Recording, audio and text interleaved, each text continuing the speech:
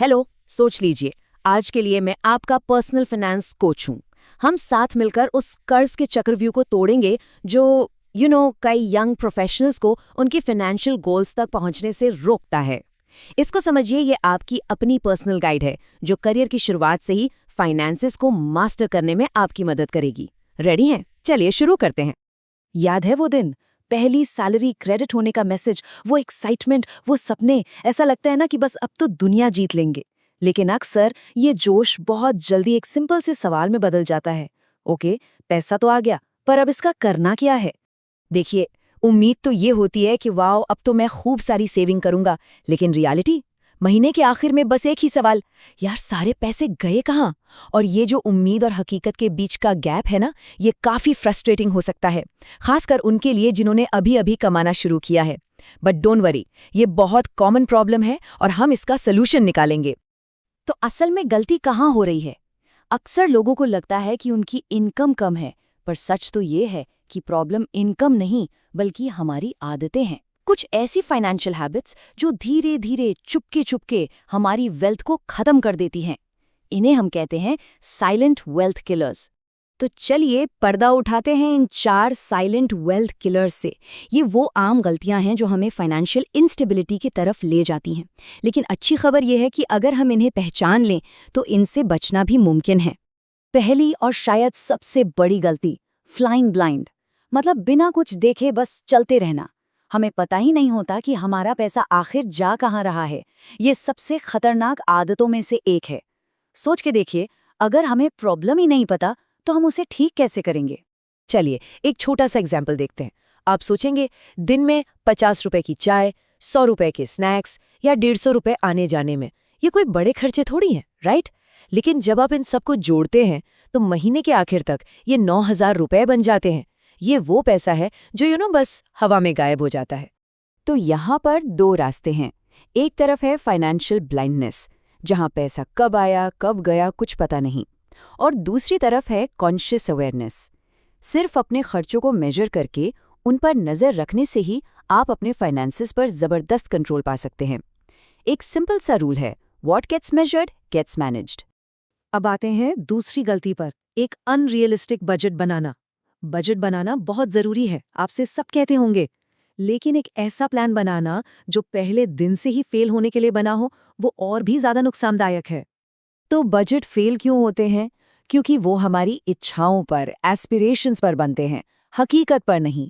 हम ज़रूरी चीज़ों जैसे खाना या ट्रांसपोर्ट के लिए बहुत कम पैसे एलोकेट करते हैं और इमरजेंसीज या दोस्तों के बर्थडे जैसी चीज़ों को तो पूरी तरह से भूल ही जाते हैं। रिजल्ट, फ्रस्ट्रेशन होती है और हम बजट फॉलो करना ही छोड़ देते हैं और वापस ओल्ड हैबिट्स। हमारा तीसरा साइलेंट वेल्थ किलर ये थोड़ा ट्रिकी है। ये है महंगाई यानी इन्फ्लेशन को पूरी तरह से नज़रअंदाज करना। यह हमारी सेविंग्स का वो आवाज़ ना करने वाला दुश्मन है जिसे हम अक्सर अनदेखा कर देते हैं, पर लॉन्ग टर्म में ये सबसे ज़्यादा नुकसान पहुंचाता है। आखिर ये इन्फ्लेशन है क्या चीज़? बिल्कुल आसान शब्दों में, वक्त के साथ चीज़ों का महंगा होना। मतलब आज आपके 100 रुपये जितना सामान खरीद सकते हैं, कल उतना नहीं खरीद पाएंगे। ये धीरे धीरे आपके पैसे की परचेजिंग पावर को कम कर देता है। इस नंबर पे गौर कीजिए। मान लीजिए आपके पास आज 10,000 रुपये है और महंगाई की दर 6% है, तो 10 साल बाद उन्हीं 10,000 रुपयों की कीमत सिर्फ 5,580 रुपये के बराबर रह जाएगी। Can you believe it? आपकी आधे से ज्यादा सेविंग बस बैठे बैठे खत्म हो गई। और यहीं पर ये बात बिल्कुल फिट बैठती है। बिना इन्वेस्ट किए सेव करना ट्रेडमिल पर दौड़ने जैसा है।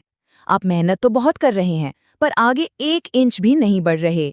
सिर्फ पैसा बैंक में रखना काफी नहीं है, हमें उसे ऐसी जगह लगाना होगा जहां वो महंगाई से तेज दौड़ सके। और आते हैं हमारे चौथे और आखिरी साइलेंट किलर पर, जो देखने में तो बहुत अट्रैक्टिव लगता है पर है बहुत खतरनाक, क्रेडिट का जाल। देखिए, क्रेडिट कार्ड्स और लोन्स बहुत यूजफुल टूल्स हैं, लेकिन अगर हम इन पर हद से ज्यादा डिपेंड हो जाएं तो हम एक ऐसे कर्ज के जाल में फंस जाते हैं जिससे निकलना बहुत मुश्किल हो जाता है। ये एक चक्रव्यूह जैसा है। समझते हैं कैसे? स्टेप 1, हम अपनी इनकम से ज्यादा खर्च करते हैं। स्टेप 2, उस खर्च को पूरा करने के लिए क्रेडिट कार्ड या लोन से उधार लेते हैं। स्टेप 3, अब हम उस उधार पर भारी ब्याज चुकाते हैं, जिससे हमारे पास हाथ में और कम पैसा बचता है।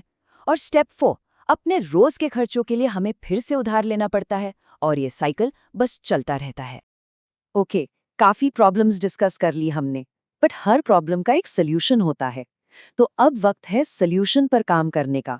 यहाँ मैं आपको एक सिंपल 4 स्टेप का प्लान दूंगी जो फाइनेंशियल स्टेबिलिटी पाने के लिए आपका एक्शन प्लान होगा।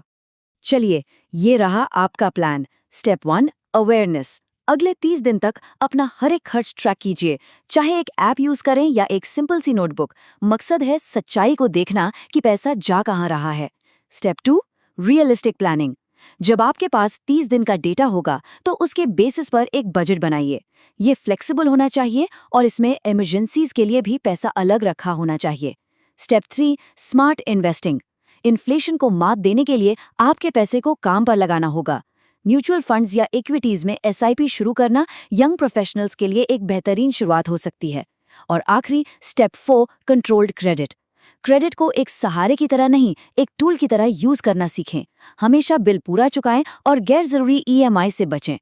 और जाते जाते बस इस एक बात को हमेशा दिमाग में रखिएगा, अमीरी लगातार फाइनेंशियल डिसिप्लिन का नतीजा है और गरीबी अक्सर बार बार की गई फाइनेंशियल गलतियों का।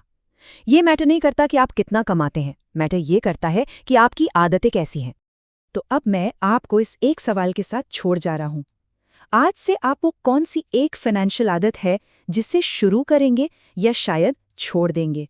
सोचिएगा जरूर, क्योंकि आपकी फाइनेंशियल फ्रीडम की यात्रा का पहला कदम आज से ही शुरू होता है। You can do this.